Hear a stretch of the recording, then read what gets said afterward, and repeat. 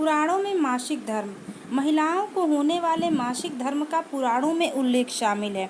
उन्हें मासिक धर्म क्यों होता है, इस पर एक पौराणिक कथा भी मौजूद है जो इंद्रदेव से संबंधित है। भागवत पुराण में वर्णित एक कथा के अनुसार एक बार बृहस्पति, जो देवताओं के गुरु थे, वे इंद्र से काफ़ी नाराज हो गए। इसके चलते असुरों ने देवलोक पर आक्रमण कर दिया और इंद्र को अपनी गद्दी छोड़कर भागना पड़ा। असुरों से खुद को बचाते हुए वे सृष्टि के रचनाकार भगवान ब्रह्मा के पास पहुँचे और उनसे मदद मांगने लगे। तब ब्रह्मा जी ने उन्हें बताया कि उन्हें एक ब्रह्मज्ञानी की सेवा करनी चाहिए। यदि वह प्रसन्न हो जाए तभी उन्हें उनकी गद्दी वापस प्राप्त होगी। आज्ञा अनुसार इंद्रदेव एक ब्रह्मज्ञानी की सेवा में लग गए, लेकिन वे इस बात से अनजान थे कि उस ज्ञानी की माता एक असुर थी, इसलिए उसके मन में असुरों के लिए एक विशेष स्थान था।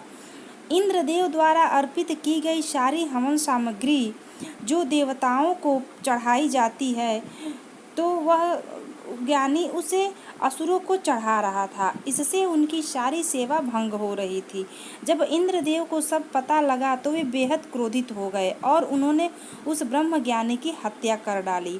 एक गुरु की हत्या करना घोर पाप था, जिस कारण उन पर ब्रह्म हत्या का पाप आ गया। ये पाप एक भयानक राक्षस के रूप में इंद्र का पीछा करने लगा।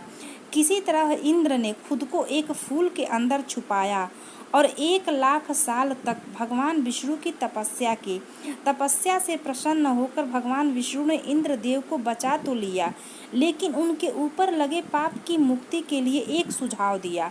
इसके लिए इंद्र को पेड़, जल, भूमि और स्त्री को अपने पाप का थोड़ा थोड़ा हिस्सा देना था। इंद्र के आग्रह पर सब राजी तो हो गए, लेकिन उन्होंने बदले में इंद्रदेव से उन्हें एक वरदान देने को कहा।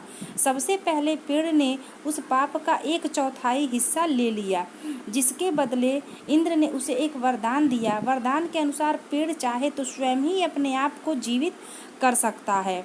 इसके बाद जल को पाप का हिस्सा देने पर इंद्रदेव ने उसे अन्य वस्तुओं को पवित्र करने की शक्ति प्रदान की। यही कारण है कि हिंदू धर्म में आज भी जल को पवित्र मानते हुए पूजा पाठ में इस्तेमाल किया जाता है।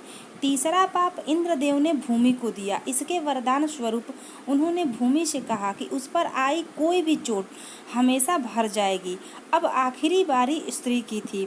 स्त्री को पाप का हिस्सा देने के फलस्वरूप उन्हें हर महीने मासिक धर्म होता है, लेकिन उन्हें वरदान देने के लिए इंद्र ने कहा कि महिलाएं पुरुषों से कई गुना ज़्यादा काम का आनंद उठाएंगी।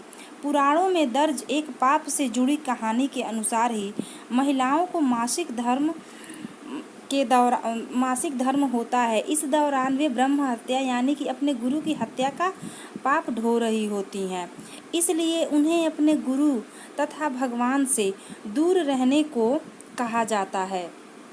यही कारण है कि प्राचीन समय से ही मासिक धर्म के दौरान महिलाओं को मंदिर जाने की मनाही थी। तो उम्मीद करती हूँ आज की स्टोरी आपको अच्छी लगी होगी। अगर आपको स्टोरी अच्छी लगी है तो प्लीज़ प्लीज़ प्लीज़ हमारे चैनल को सब्सक्राइब किए बिना न जाइएगा। हमारे चैनल को सब्सक्राइब करें, वीडियो को लाइक करें। मिलते हैं अगली एक और स्टोरी वीडियो के साथ। तब तक के लिए नमस्कार।